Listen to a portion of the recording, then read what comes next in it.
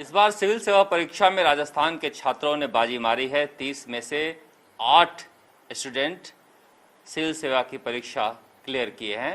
हमारे साथ हैं जयपुर में जो सिविल सेवा में 13वीं रैंक हासिल किए हैं गौरव बुढ़ानिया। उनसे बातचीत करते हैं। गौरव, आपकी तो लॉटरी लगी है। अभी आरएस में 12वीं स्थान आई थी, इस बार आईएएस में 13वीं। जी सर, जो मैंने मेहनत की थी उसका ये नतीजा मिला है तो बहुत ज़्यादा खुशी महसूस हो रही है अभी तो सर।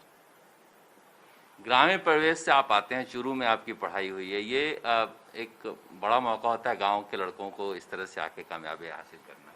जी सर, मेरी जो पूरी प्रारंभिक शिक्षा है वो पूरी चूरू ज़िले से ही हुई है, तो वहाँ के लोगों के लिए अब ये बहुत मोटिवेशन का काम करेगा कि हाँ, हम इस पृष्ठभूमि से भी आगे बढ़ सकते हैं और ये जो भारत का सबसे बड़ा एग्ज़ाम है उसमें भी हम बहुत अच्छी रैंक ला सकते हैं।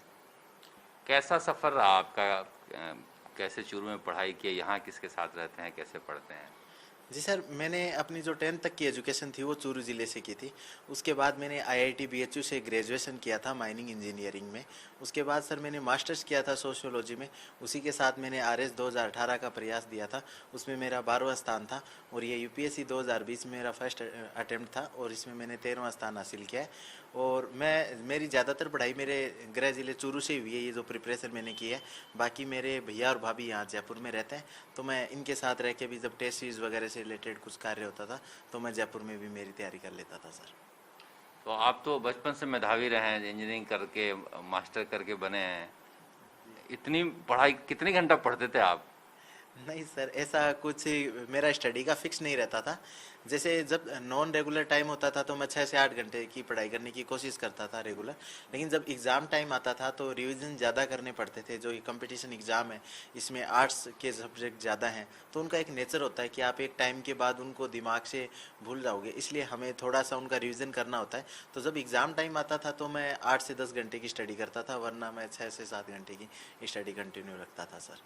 तो अक्सर जो टॉप करते हैं उनसे लोग जानना चाहते हैं कि आखिर क्या करते हो जो आप टॉप करते हो, किस तरह से पढ़ाई करते हो, क्या फोकस करना चाहिए? जी सर, इसमें जो मैंने देखा है कि मैंने दूसरों से क्या अलग किया है, तो उसमें सर मैंने जो टेक्नोलॉजी है उसका ज़्यादा यूज़ किया है। मैं क्लासेज ऑनलाइन देख लेता था, यूट्यूब का खूब मैं हेल्प लेता था। उसके अलावा जैसे आजकल इंफोग्राफिक्स वगैरह आ रहे हैं, मैं उनका यूज़ करता था। जो डिजिटल टेस्ट सीरीज़ होती है उनका यूज़ करता था। तो मुझे लगता है कि उनसे ना काफ़ी टाइम बच जाता था और जो ऐसा एनालिसिस होता था जो बाकी हम ऑफलाइन मेथड्स में नहीं कर पाते। उसके अलावा सर जो नोट्स बनाने का जो सिस्टम है उसको मैं ऑनलाइन टैब पे नोट्स बनाने लग गया था। तो उससे क्या फ़ायदा होता था कि एक टॉपिक जब भी न्यूज़पेपर में रिपीट होता था तो मुझे पता चल जाता था। और जो क्रॉस पेपर लिंकेज बनाने पड़ते हैं यूपीएससी के अंदर, और मेरा जो सब्जेक्ट था एंथ्रोपोलॉजी उसके अंदर, तो उसमें भी मुझे ये जो डिजिटल नोट्स वगैरह हैं उन्होंने काफ़ी हेल्प की थी सर। ये अजीब सफ़र है। आप टेक्नोलॉजी में गए, आईआईटी में, फिर सोशियोलॉजी में आए, फिर एंथ्रोपोलॉजी में आए। ये इस तरह का सफ़र आपने तय किया है? जी सर, मेरा हमेशा नए नए जो विषय हैं उनको पढ़ने का मन करता था, इसलिए मैंने जो ग्रेजुएशन किया था वो माइनिंग इंजीनियरिंग में किया था। उसके बाद मैंने मतलब सोशियोलॉजी से एमए किया, और उसके बाद जो एंथ्रोपोलॉजी में मेरे को लगा कि ज़्यादा अच्छी गाइडेंस अवेलेबल है। मेरे सीनियर्स भी थे जिन्होंने एंथ्रो से एग्ज़ाम क्लियर किया था। राम निवास जी सर थे जो गुजरात कैडर के आईएएस हैं, तो वो लगातार इस चीज़ को मेरे को गाइड करते रहते थे। और दूसरा सर कि मेरे पास समय कम था और एंथ्रो का सिलेबस समाजशास्त्र से थोड़ा छोटा था, इसलिए मैंने एंथ्रो को प्रीफर किया था। क्या आपको लगता है कि खुद से पढ़ाई से, या फिर जैसे आपने कहा टेक्नोलॉजी के पढ़ाई से ज़्यादा फ़ायदा मिलता है, या कोचिंग वगैरह पर लोग ज़्यादा फोकस करते हैं उससे ज़्यादा फ़ायदा मिलता है? जी सर, अब जो कोचिंग है वो आपको एक गाइड कर सकती है कि आपको इस दिशा में जाके तैयारी करनी है। अब तैयारी आपको खुद से करनी है। अब उस खुद को करने वाली तैयारी में आप अलग अलग टूल्स को अडोप्ट कर सकते हो। आप पेन कॉपी वाले मेथड को भी फॉलो कर सकते हो, बुक वाले मेथड को भी फॉलो कर सकते हो, जिसमें आप बुक को हाईलाइट कर लीजिए। लेकिन आजकल क्या है ना कि इतना वाइडर कंटेंट हो गया है, और जो करंट अफेयर हर दिन बढ़ता है। हर दिन आप हिंदू न्यूज़पेपर देखोगे तो उसमें कम से कम 20 से 25 इंपॉर्टेंट आर्टिकल्स आते हैं। तो वो साल भर में कितने ज़्यादा आर्टिकल हो जाएंगे, 10,000 से ज़्यादा आर्टिकल हैं। उनको ऑफलाइन मेथड्स में कंट्रोल करना काफ़ी ज़्यादा टिपिकल हो जाता है। ऑनलाइन के अंदर आप उनको एक जगह रख सकते हो, तो इसमें मुझे लगता है कि जो ऑनलाइन नोट्स हैं वो कंपेरेटिवली आज का जो डायनेमिक नेचर है यूपीएससी का, उसमें ज़्यादा हेल्पफुल होगी।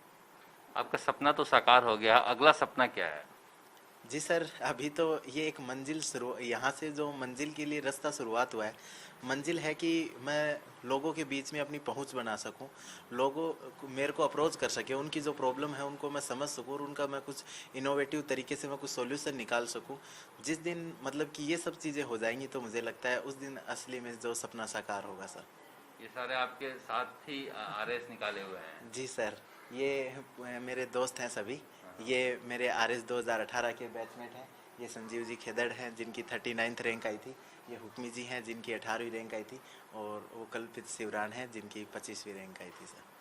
तो सारे साथी हैं जो आरएस बने थे, बधाई देने के लिए आए हैं। देखिए, ग्रामीण परिवेश से निकला हुआ लड़का अगर आईएएस बनता है तो इस तरह का सपना इनके दिल में है कि आम आदमी की सेवा कर पाएँ, और यही एक आईएएस बनने या फिर सिविल सेवा का जो एक मोटिव भी होता है, यही होता है कि आम आदमी की सेवा कैसे कर पाएँ। राजस्थान के लिए ये जो सिविल सेवा की परीक्षा के परिणाम रहे हैं बेहद सुखद रहे हैं, और अच्छी खासी संख्या में छात्रों ने सिविल सेवा की परीक्षा जो है वो क्लियर की है।